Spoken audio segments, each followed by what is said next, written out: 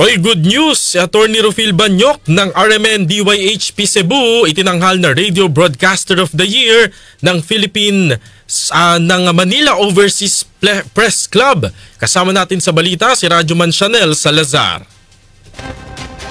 Kinilala ng Manila Overseas Press Club si Atty. Rufil Fernandez Banyok ng RMN DYHP Cebu bilang Radio Broadcaster of the Year Philippine South 2024 to 2025. Malugod na tinanggap ni Atty. Rufil ang pagkilala kagabi sa Fairmont Ballroom, Makati City kasama ang 11 personalidad sa telebisyon, radyo at print media. Ayon kay Atty. Rufil, ang parangal na ito ay hindi lamang nagpapakita ng kanyang dedikasyon bilang mamamahayag kundi isang paalala na dapat ipagpatuloy ang pagiging mapagkakatiwalaang journalist sa gitna ng paglipana ng fake news. I've been recognized there in Cebu as best broadcaster, best columnist, best public affairs anchor, but iba ang impact din dito ang pagbigay ng award. So ito not only a recognition of my dedication as a journalist, but also something that would remind me to continue to be good in our profession, to continue to be credible, especially in the advent of internet now,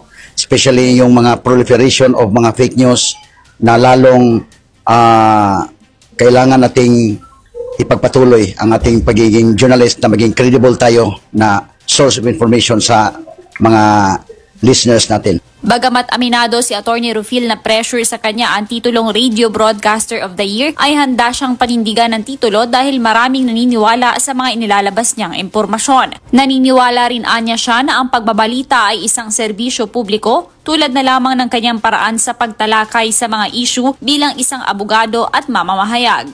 Yung programa natin, tayo ang magbigay ng mag-simplify sa issue upang yung mga tao, yung mga audience natin na mga ordinary people, they could understand what is happening in our country because there are lots of news that would involve those, and ordinary people, ordinary listeners, they could not comprehend what those things all about, no? Pero pag simplify natin na nalaman na nila, so ganon ang it's a part of public service. Si Atty. Rufil Banyok ay isang journalism professor, kolumnista at radio broadcast executive, commentator at host patungkol sa mahalagang issue sa katimugang bahagi ng bansa. Siya ay napapakinggan sa programang Straight to the Point ng DYHP Cebu mula Lunes hanggang Sabado, alas 6 hanggang alas 10 ng umaga. Kasama mo sa DZXL RMN Manila, Radyoman Chanel Salazar, Tatak, Arimen.